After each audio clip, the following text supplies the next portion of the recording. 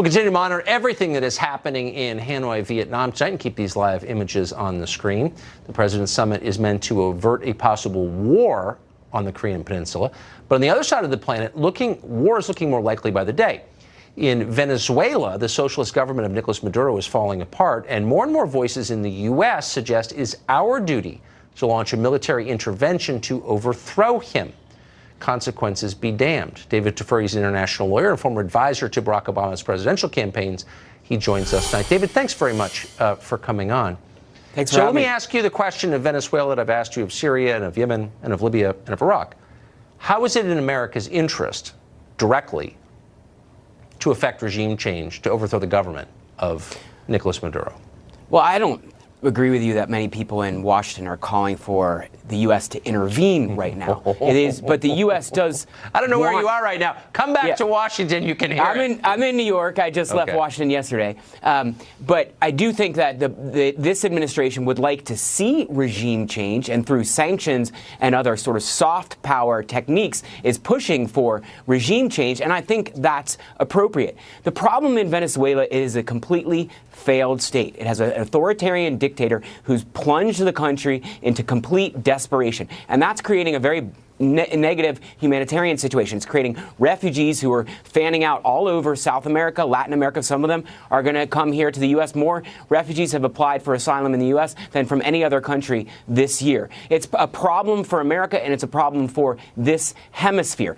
It's also a human rights problem. Several people have been killed at the border just because other countries are trying to bring in food aid. So this is something the U.S. has to be concerned about. Anytime a country completely becomes a failed state, it's a place where drugs can come through. It's a place that can support terrorism. You don't need to convince Those are all me. things we should worry about. I've watched as the left, the neocons, Bill Kristol and friends, Barack Obama, Samantha Power, Hillary Clinton toppled dictator, and George W. Bush, for that matter, toppled dictator after dictator, leaving smoking craters in their wake, failed states that have made the world worse. So I completely agree with you 100% in what you just said. But why wouldn't our overriding concern be a wave of refugees coming across our border?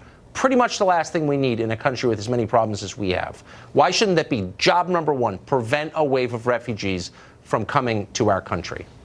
Well, I agree with you, but regime change would probably lessen the amount of refugees. Already, as I mentioned, there are tons of refugees coming out of Maduro's Venezuela. That's a big problem, and it's only going to get worse until Maduro's gone. None of the economic, policies that he's put in place have helped. They've made it worse. There's huge inflation. The economy is dying, and so he has to go. He's no longer a legitimate leader. That's why President Trump recognized the opposition leader as the legitimate leader of Venezuela. He's appalling, and as was Chavez before him. And it's a shame that so many on the American left have supported the members of the Kennedy family. Bernie Sanders. I mean, I'm not going to defend Maduro. Why would I? I am standing back in shock as John Bolton, the national security advisor, encourages, various countries to offer asylum to refugees, as Republicans in the House suggest giving refugee status to Venezuelan refugees. Why should the United States bear the burden of socialism in Venezuela? I'm completely confused. Well, it's not the burden of socialism. It's the effort to prevent a failed state, because a failed state is going to hurt us. When you talk about doing an intervention, but I'm asking you. I'm sorry, maybe it wasn't clear. Okay. Why are people in the United States agitating for us to bring in refugees from Venezuela? Why should we have to pay the price for the insane socialist policies of Hugo Chavez and Nicolas Maduro?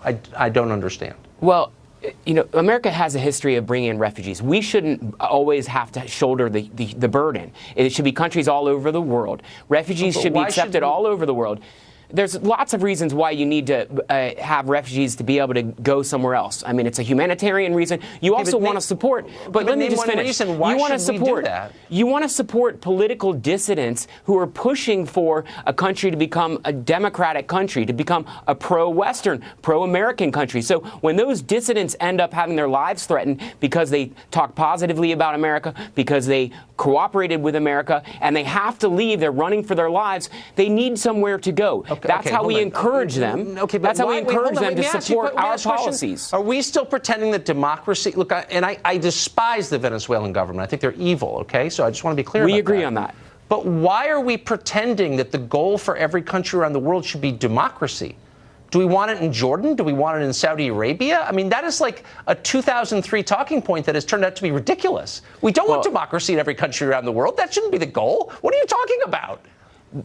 It's been a bipartisan policy. I know, that's the problem. Both the Republicans and the Democrats to spread democracy. I mean, that goes all the way back. Because that goes all the way back to our founding fathers, Tucker. I mean, they supported. No, the founding fathers were not neocons. They said people should be able to decide. People should be able to decide who their leaders are. Yeah, they should be able to vote for their leaders. No, they should have freedom of speech, freedom of association, freedom of press. Those are things that Venezuela does not have. Okay, so we should support that. Okay, but hold on. Why are we pretending that democracy is a panacea?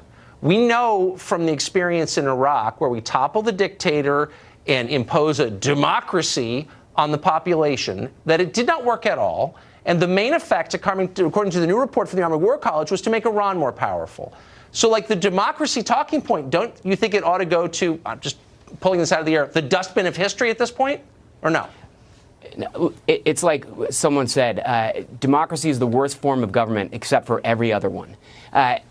Democracy is imperfect, really? But it supports individual rights. It supports our values. And right now, we're basically in a competition with China and Russia, who have a very different vision for the world. They are not democratic countries. They don't believe in democracy. They believe in their form of kleptocracy and authoritarianism. Let me just ask you one last. And they want to spread that. Right, so we're countering with democracy. We're fighting Russia again. Okay, and right. If democracies fall and they become, if democracies fall and become authoritarian countries, that ultimately will threaten us. We are in a community of democracies. I'm sorry, George W. Bush. That's been proved not true. Really quick, would you like Jordan to become a democracy?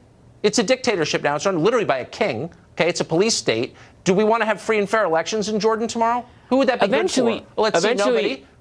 Eventually, all of these countries are moving towards democracy. Even a place like Jordan is becoming more democratic. Let's hope it not. I hope not. I'm on the king's side there. I'm sorry. I'm not for it. Call me names. Great to see you, David. Thank you. Great to see you, Tucker. Ed Henry joins us with more. He is in Hanoi right now. He's always got his ear to the ground. If something interesting has happened, Ed Henry will know about it. Ed, what is happening? Tucker, do I have an interesting nugget for you? You see the motorcade there arriving at the Metropole Hotel. It's a classic French colonial style hotel. You know it. Very famous here in Hanoi. They had talks there day one yesterday, day two now. We're expecting maybe even a poolside chat between these two leaders. Here's what's interesting, the nugget. The president's motorcade, known as the Beast, just arrived. You know that's about $1.5 million for the president of the United States limo because of all the security concerns, the tires, everything is specially done by GM and Cadillac. But we did some digging. Kim Jong-un's limo, you've seen the pictures of the synchronized swimmers almost, the security cordon around him. It's a Mercedes Maybach that cost $1.6 million. Why is that significant? They manufacture cars in North Korea, a small number. And you see that Mercedes Maybach there with the synchronized swimmers running around, essentially. They manufacture cars in North Korea that are only worth about $10,000, okay? And the average annual income in North Korea is $1,300. It gives you some perspective, about why Kim Jong-un, as he enters these talks with President Trump, maybe a little nervous, sleeps with one eye open about a not so tight grip on power, because he's got people making $1,300 a year as an average annual income in his country. He's riding around in a $1.6 million Mercedes Maybach. And the other point is that he has a taste for capitalism. And you mentioned this a few moments ago with Brett. He wants the finer things in life. He wants to perhaps see some market reforms in North Korea and get a taste of what it's like for the wealthier folks here in Vietnam, which once had an economy that was in the pits as well, like North Korea now, and would like to see it all opened up. So this is the person that President Trump is sitting down with to try and forge peace, Tucker. Amazing. I think at one point North Korea was the world's largest consumer of Courvoisier cognac. Quite a worker's paradise. Yesterday, Dutch officials were told seized, I think, 80,000 bottles of vodka that were headed for Kim Jong-un's inner circle in North Korea. Because of the sanctions, of course, you can't bring that vodka in. But you have to wonder, did they think they were about to celebrate some sort of a big deal with 80,000 bottles of vodka? I mean, even if they do forge world peace, that's a lot of vodka. It's a lot of vodka. That's a Russian level of vodka. So I want to play, we've got some sound for you I want you to react to. This is Donald Trump after the first North Korean summit. Watch. I want to thank Chairman Kim for taking the first bold step toward a bright new future for his people. Our unprecedented meeting, the first between an American president and a leader of North Korea, proves that real change is indeed possible. My meeting with Chairman Kim was honest, direct, and productive. We got to know each other well in a very confined period of time, under very strong circumstance. We're prepared to start a new history, and we're ready to write a new chapter between our nations. As history has proven over and over again, adversaries can indeed become friends. We can honor the sacrifice of our forefathers by replacing the horrors of battle with the blessings of peace. So, what's striking about that, I wouldn't exactly call the tone warm, but the president dared to talk about the leader of North Korea as a human being. He took some criticism for that. Do you expect a similar posture after today's meeting? Absolutely. A few hours ago, when they first sat down and had some handshakes here in what was day one, basically President Trump was saying we've got such a warm relationship. I think we've surprised the world with that. Of course, they've written, lovey-dovey letters. At one point, President Trump said out on the campaign trail before the midterms that they fell in love. You're right. That sort of raises some eyebrows when you have the human rights record of Kim Jong-un, the 100,000 people in North Korea, we should remember, who are in the gulag system as we speak. On the other hand, if you're going to make peace, you got to deal with some really bad actors on the world stage. And that's the bargain this president is dealing with. And I want to point out something. Nicholas Kristof in the New York Times, one of the guys we're supposed to be told is so smart on foreign policy. In my research for this trip, April 20th, 2017, headline, "The North Korea Trump Nightmare." And the lead says President Trump is scary in many ways, but perhaps the most frightening nightmare is of him blundering us into a new Korean war. Tucker, that was April 2017. So my point is all the smart people, quote unquote, on foreign policy have been wrong again and again about President Trump, particularly his approach to North Korea. So to your point, it's not great when you got to jump into bed with someone like Kim Jong-un. But if he comes out of this with some kind of measure of peace, I think a lot of the quote unquote smart people are going to be proven wrong. Yeah, I think they're administering an inverse IQ test at the HR department over at the New York Times. It's amazing. Ed, it's great to see you, Ed. Thank you for that. Good to see you as always. Well, for more reaction tonight to the president's imminent summit with Kim Jong-un of North Korea, we're joined by former Trump State Department senior advisor Christian Whiton. Christian, it's great to see you tonight. So how would you describe the significance of what we're watching on the screen right now?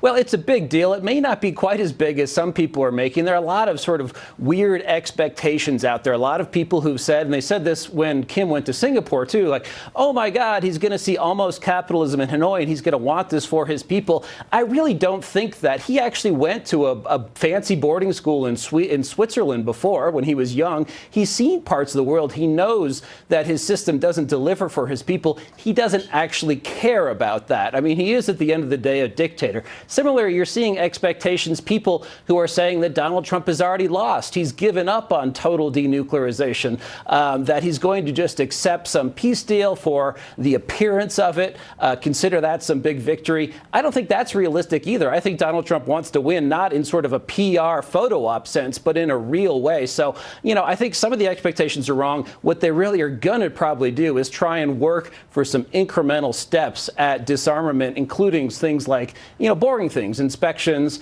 discussions about plutonium-239 and uranium-235 and things like that.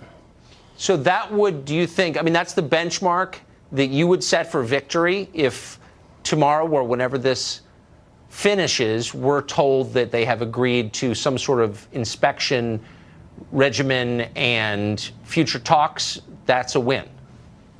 No, I don't think so. But the ideal, which is here are our finished nuclear weapons, here is our stockpile of plutonium, here are our centrifuges, here is all of the nuclear waste, which is actually, fuel that can be processed into warhead material, and you can have all that and send it to Oak Ridge. That's unlikely. But I think something that is a significant timeline. I mean, if Singapore was a meeting of the minds between Trump and Kim on the end state, if this is the sequencing, they want goodies. They want sanctions relief and economic assistance, which could come from South Korea. We want the nuclear material. It's the sequencing and the those things can happen in parallel, and also some process so that this can be decided below the leader level. If you talk to people on the U.S. team, they actually are in communication with the North Koreans. North Koreans have been afraid to make decisions for good reason, because if they make a mistake, they can be executed. Yeah, that'll focus the mind. I mean, it seems like it's a pretty tough ask. I mean, if I'm a small backward hermit kingdom and all I have is nuclear weapons, that's probably the last thing I'm ever going to want to give up.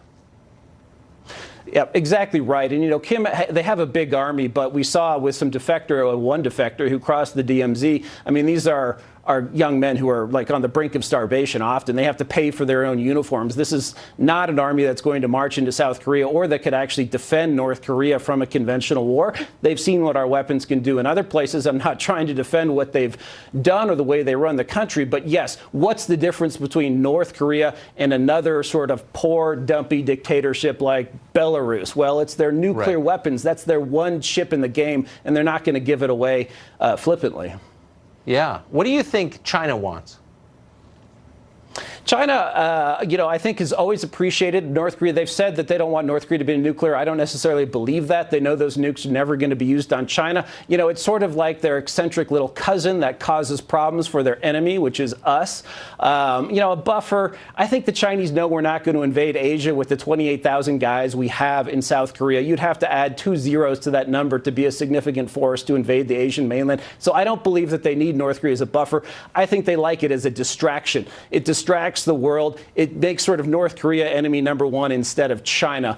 Sometimes that backfires. If we move more capabilities to the Pacific because of North Korea, for example, with the missile defense system we gave to South Korea last year, that pisses off China. But other than that, I think they sort of appreciate North Korea. I bet they do. That's the kind of people they are. Christian Whiton, great to see you. That's right. Thanks, Tucker.